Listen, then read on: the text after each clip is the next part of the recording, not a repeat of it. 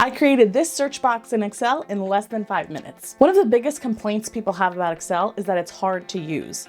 That's why one of my goals is to create the most user-friendly spreadsheets possible. I want to fly through it. I want each task to be seamless and easy and breezy. And I want other people on my team to have the same experience. So if you have a large data set that's difficult to navigate, a search box may be the perfect upgrade to make it super easy for people to view the data that they need.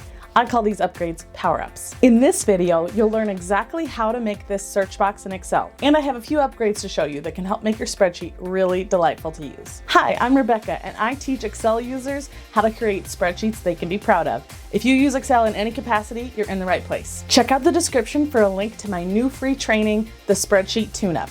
In 5 short videos, I'll teach you the first steps that can help you to optimize any spreadsheet you have. This is the data set that we're going to be working with. It's pretty large. It has about 2,000 rows. It has a list of all the schools in Missouri with some of their ID numbers, the districts that they are in, and a couple of other district ID numbers. And it's very large. So this is a really good candidate for creating a search box because that will make it easy to find exactly the school or the district that you are looking for.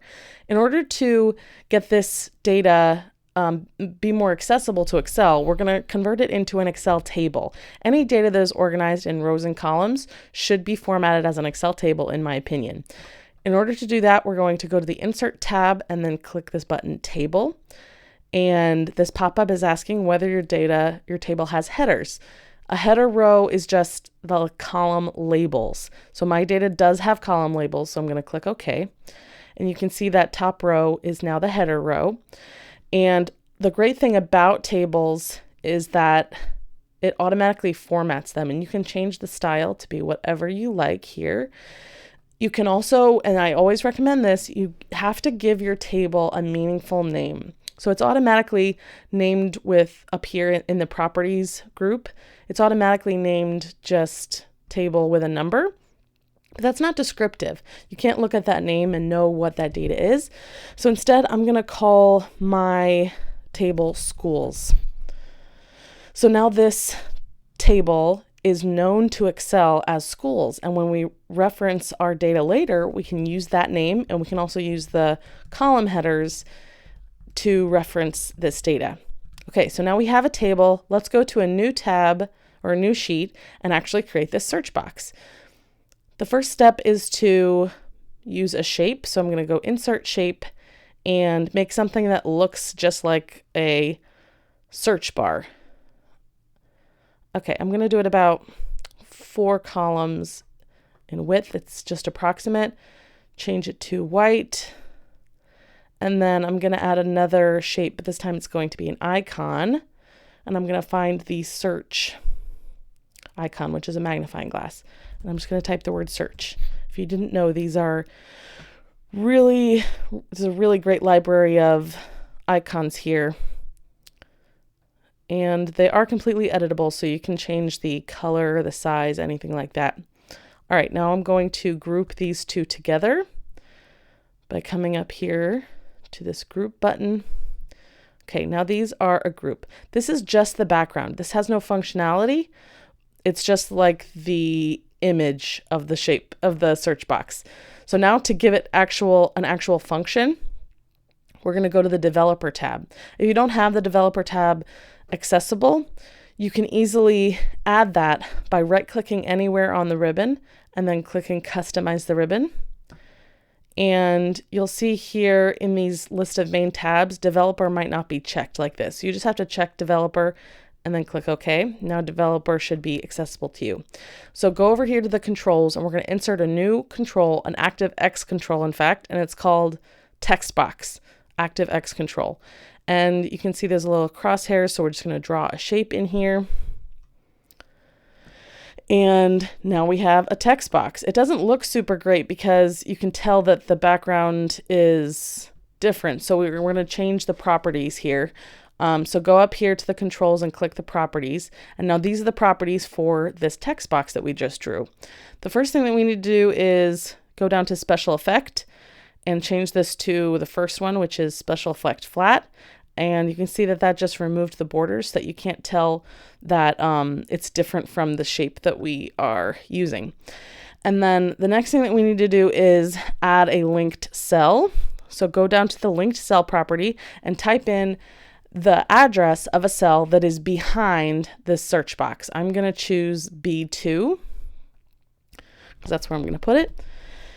And I'll explain what that does soon. All right, now we need to turn off design mode, because when you start, if you try to double click on this, it will open up Excel VBA. So up here in controls, turn off the design mode. Now you can see that when you click on this, you can start typing in a search. You can start typing something in. And let's see what happens. So I just typed something in there. Look what happened. It put that exact text into cell B2.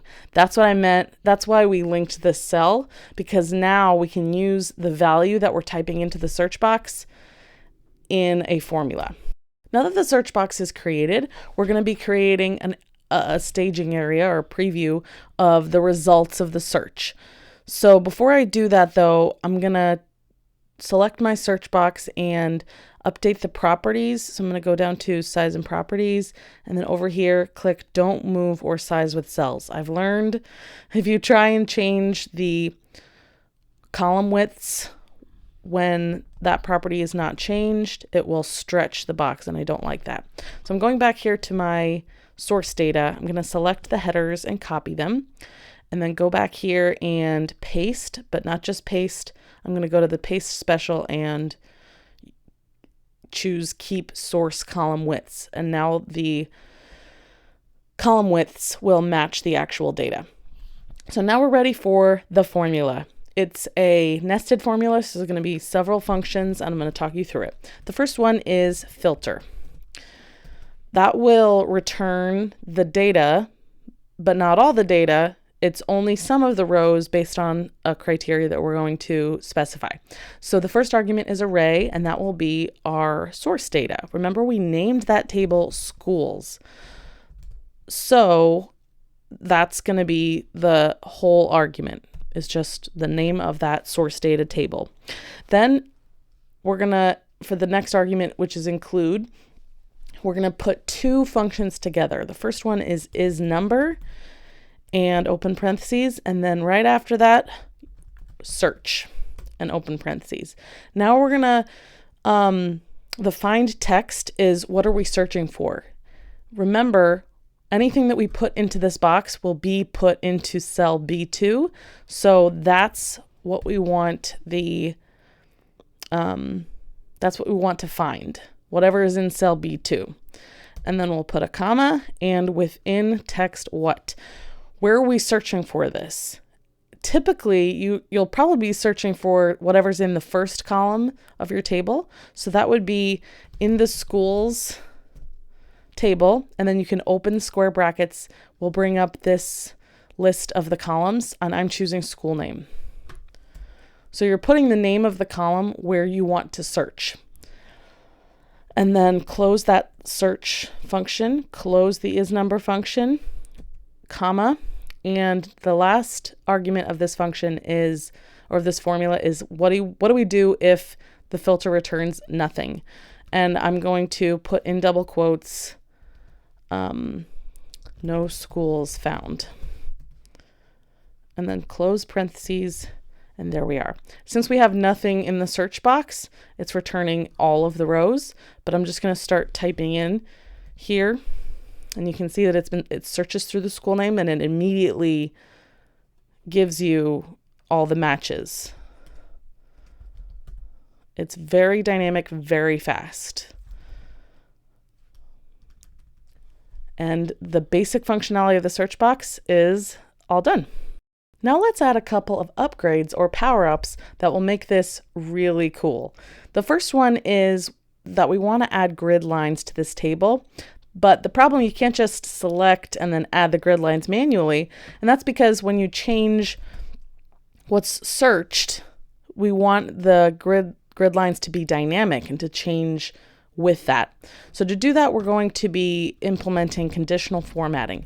Select all of the data and then use Control Shift down arrow to just select all the rows underneath it, and that's what we're going to apply the conditional formatting to. Then go to conditional formatting and new rule. When this opens, go down to format only cells that contain, and then in this drop down, format only cells with no blanks. That's the only option that you need. And then click on this format button, and we're going to format the border to have an outline. And click OK, OK. And now we should see a border. Yes, we see grid lines for only what's visible. And I'm going to change this so you can see that the grid lines are dynamic. So it extends only to the results of the search. The next upgrade is, what if you wanted to search multiple columns? What if you wanted to search the school name column and the district name column, for example? This is actually a pretty easy thing to do. We just have to edit this formula. So the first thing is it's going to be a complicated update. So I am extending this formula box, and then I'm going to add some space in here. So right before ISNUMBER, I'm going to hold Alt Enter, and yeah, just add some space here. So I've isolated the ISNUMBER and the search functions together, and I'm going to copy that, Alt Enter to a new line, and then type in a plus sign, paste. So now I have the exact same function 2 times, and it's separated by the plus sign. So now the second one, I'm going to change that to district name. And you could do this as many times as you need to for whatever columns you want to search. And then click enter. So now I can search through the district or the school name column. So it will return results where either one of these match the search term. And you may notice that I'm not typing uppercase. That's because this is case insensitive. So it doesn't matter what the case is. It also doesn't matter, it also does not matter whether you start typing in the middle. So you can see I just LLEN and Allen returned. So you don't have to start typing at the beginning of the word. So it does like partial matches.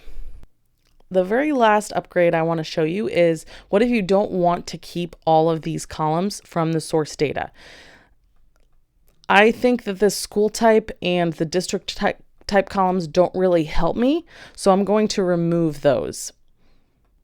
In order to do that, we need to know what number the columns are that we want to keep. So here I have 1, 2, 3, 4, 5, 6, 7, 8, and I want to remove, or I want to exclude 2 and 6. Okay, so I'll remember that. Now in my formula, I'm going to add a formula to wrap around this filter. So I'm adding a new one, and I'm going to go to another line again just to keep things super clear. And it's called choose calls. Open parentheses. And now the first argument is this whole thing that we've already created. And then the second argument is just a list of the columns that we want to keep, separated by comma. So I'm going to do 1, and then we're skipping 2, 3, 4, 5, skipping 6, 7, 8, and then close parentheses. Okay, now we have to delete these headers. So I'm going to delete and then shift cells left. District type also, delete, shift cells left. Okay, now I just have to resize these because we've now restricted what's being returned to only these columns. So you can really customize the output so that it only has exactly what you need. It's as simple as that. Let me know in the comments if you plan to add a search box to any of your spreadsheets.